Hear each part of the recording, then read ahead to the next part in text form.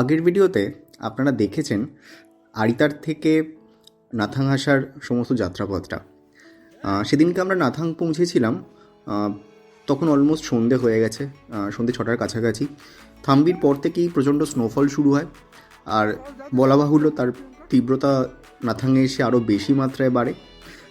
নাথাংয়ে পৌঁছে আমরা জানতে পারি যে সেদিনকে কারেন্ট থাকবে না, ল্যাম্পপোস্ট পড়ে যাওয়ার কারণে। ফলে এন্টায়ার রাতটা আমাদের শীতের সাথে যুদ্ধ করতে করতেই কাটাতে হয়েছে। কোনো রকম রুম হিটারের ব্যবস্থা আমরা সে অর্থে পাইনি, কিন্তু তুষারপাতের যে সৌন্দর্য সেদিনকে আমরা নাথাংয়ে পেয়েছিলাম, তার কাছে সেই শীতের তীব্রতা খুবই যৎসামান্যই মনে হয়েছে আমাদের। সেই রাতে আমরা যখন নাথাং পৌঁছই, তারপর যে যার নিজের ঘরে একটু রেস্ট নিয়ে আমরা পরদিন সকালে আমরা অপেক্ষা করছিলাম সেই সূর্যোদয়ের মুহূর্তে পাহাড়ের চূড়া থেকে সূর্যের আলো ঠিকরে বেরোলে তার যে রূপ, সেটা দেখার জন্য। যথারীতি সেই রাতে আমাদের উত্তেজনায় কারোরই ঘুম হয়নি। পরদিন সকাল সকাল উঠেই আমরা বেরিয়ে পড়ি সূর্যোদয় দেখতে। রাতের যে রূপ আমরা নাথাংয়ে দেখেছিলাম, সকালবেলা উঠে দেখি তার সম্পূর্ণ ভিন্ন রূপ। সমস্ত জায়গাটা যেরকম পাহাড়ের তুষারপাতের ফলে সাথে চাদরে ঢাকা পড়ে গেছিলো, আর তার উপরে সূর্যের আলো ঠিকরে বেরোচ্ছিল। এই দৃশ্য দেখার থেকে উপভোগ করার বেশি আমার কাছে উত্তেজনাপূর্ণ বলেই মনে হয়েছে। ছবি তোলার ফাঁকে ফাঁকেই রাজদীপ, প্রিয়ম এবং শুভ বরফে তারা খেলতে থাকে, এবং যেহেতু আমরা আবার সেদিনকে নাথাং থেকে ফিরে আসব, ফলে আমাদের যিনি ড্রাইভার ছিলেন তিনি গাড়িটাকে স্টার্ট করার চেষ্টা করছিলেন, কারণ বরফের এবং প্রচণ্ড শীতের কারণে গাড়ি স্টার্ট করা একটা সমস্যার কারণ ওই অঞ্চলে। এরকম বেশ কিছুক্ষণ চলার ফাঁকেই আমরা বিকিদা হোটেল থেকে বেরিয়ে আমাদের সঙ্গে যোগ দেয়, এবং ছবি তোলার পর্ব একের পর এক চলতে থাকছিল। ওই জায়গা থেকে ফিরে আসার কোনো ইচ্ছাই সে অর্থে আমাদের ছিল না, কিন্তু যেহেতু আমাদের আলটিমেট ফিরতে হবে এবং স্নোফল যেহেতু আমাদের বাড়ছিল, তার ফলে আমরা আমাদের একরকম বাধ্য হই নাথাং থেকে তাড়াতাড়ি বেরোনোর ব্যবস্থা করতে হয়।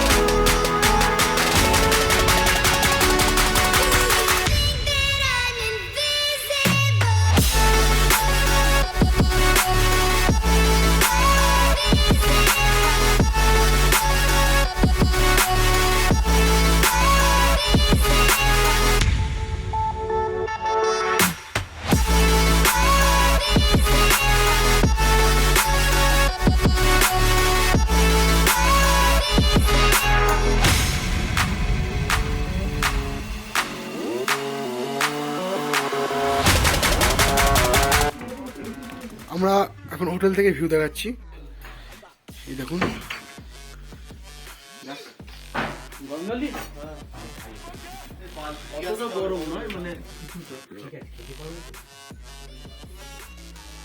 এই দেখুন পুরো বরফে বরফ হয়ে আছে, আমি ঘর থেকেও দেখা যাচ্ছে।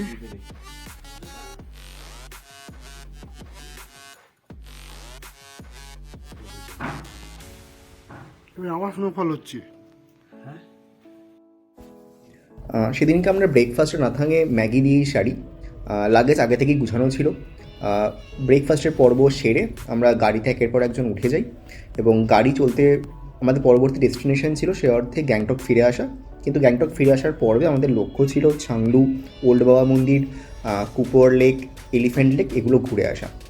কিন্তু গাড়ি স্টার্ট দেওয়ার পরে আমরা বুঝতে পারি বরফ তুষারপাতের যে প্রাবল্য বাড়ছে তার ফলে ওই জায়গাগুলো আমাদের পক্ষে যাওয়া সম্ভব নয়, কারণ গাড়িও স্কিড করতে শুরু করেছিল। ফলে আমরা সবাই মিলে ঠিক করি যে আমরা ওই রাস্তা দিয়ে না ফিরে আমরা কিছুটা উল্টো পথ হয়েই গ্যাংটক ফিরে আসবো। কিছুটা হয়তো খারাপ লেগেছিল, কারণ সেই যাত্রা আমাদের ছাংলু যাওয়ারও ইচ্ছে ছিল, কিন্তু পরিস্থিতি বিচারে আমরা সেই ইচ্ছা ওই মোমেন্টেই ত্যাগ করি।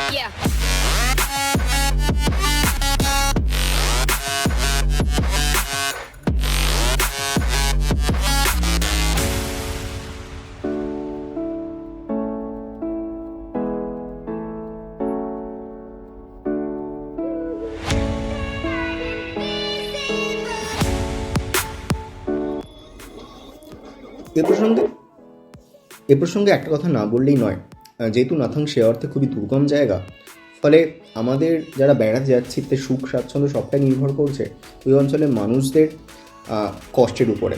কারণ এক তো ওখানে বাড়িঘরের সংখ্যা খুব সামান্য এবং সুখ স্বাচ্ছন্দ্য বিলাস বেসনেরও খুব সীমিত পরিমাণই সেখানে পরিসর আছে, যার ফলে তারা এক অর্থে যার ফলে আমরা দেখতে পাই একরকম প্রচণ্ড কষ্টের সঙ্গে তারা আমাদের সুখ স্বাচ্ছন্দ্যের খেয়াল রাখার চেষ্টা করেছেন।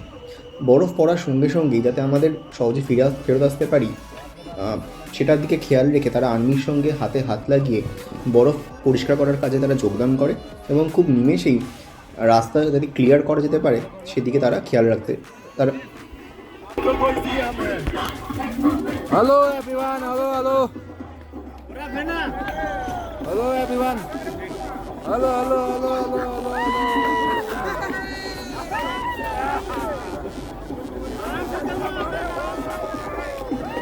Hello. Bye, tata.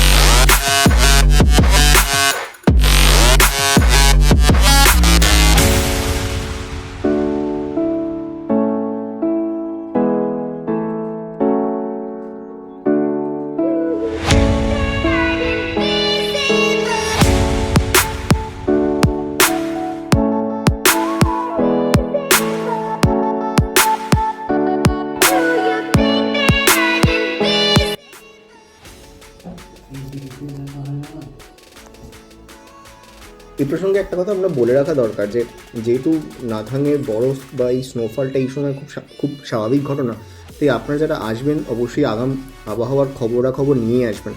কারণ সেই দিনকে সকালে শুধুমাত্র আমাদের গাড়িটাই ওই রাস্তা দিয়ে নামতে পেরেছিল। পরবর্তীকালে কোনো গাড়ি জুলুক থেকে ওপর দিকে ওঠেনি বা তার পারমিশনও রংলি থেকে দেওয়া হয়নি, এবং কোনো গাড়িকেই নাথাং থেকে নামতেও দেওয়া হয়নি। ফলে সমস্ত খবরাখবর নিয়ে এবং যতটা সম্ভব কম রিস্ক নিয়ে এই ট্যুরটা আপনারা ভবিষ্যতে করবেন যারা এখানে আসবেন, কারণ আবহাওয়ার পরিবর্তন এখানে খুব ফ্রিকোয়েন্টভাবেই হয়, এবং আমরা অ্যাডভাইস করবো যে কোনো রকমভাবে রিস্ক নেবেন না এই জায়গায় আসার ক্ষেত্রে।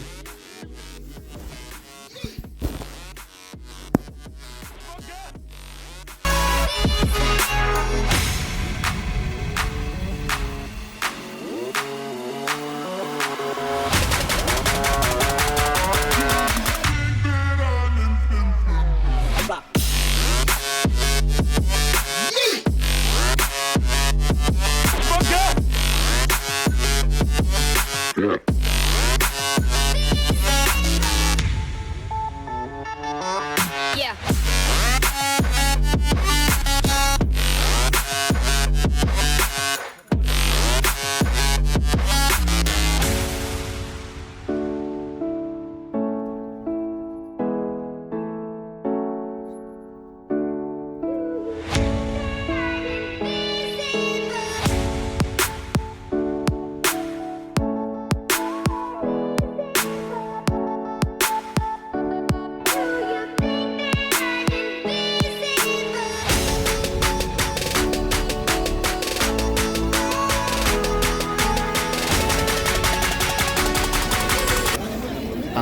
এই মোমেন্টে আমরা আছি এমজি মার্গে, গ্যাংটকে পৌঁছে গেছি আমরা। আজকে সকালে আমরা নাথাং ভ্যালি থেকে বেরিয়েছি। আমাদের যাওয়ার প্ল্যান ছিল ছাংলু, ওল্ড বাবা মন্দির, নাথুলা, বাট প্রচণ্ড স্নোফলের কারণে আমরা সেই দিকটা যেতে পারিনি। ফলে গ্যাংটক পৌঁছে এখন 25 ইভিনিংটা আমরা এমজি মার্গেই স্পেন্ড করছি। কালকে ফিরে যাওয়ার ট্রেন আছে পদাতিক এক্সপ্রেসে। প্রিয়মকে দেখা যাচ্ছে, রাজদীপ, শুভ, বিকিদা সবাই আছে। টোটাল জার্নিটা আমাদের বেশ ভালোভাবেই স্পেন্ড করা গেছে। আমরা নাথাংয়ে সেরকমভাবে ব্লগ করতে পারিনি, কারণ এক তো কারেন্ট ছিল না এন্টায়ার ডেতে, আর সবাইজন টায়ার্ড ছিল। কিছু ছবি তোলা হয়েছে, সেগুলো আমরা শেয়ার করতে থাকবো ব্লগেতে। আশা করি আপনাদের ভালো লাগবে। আপাতত এনজি মার্গের পুরো ভিউটা আপনাদের সঙ্গে শেয়ার করছি, সঙ্গে থাকুন।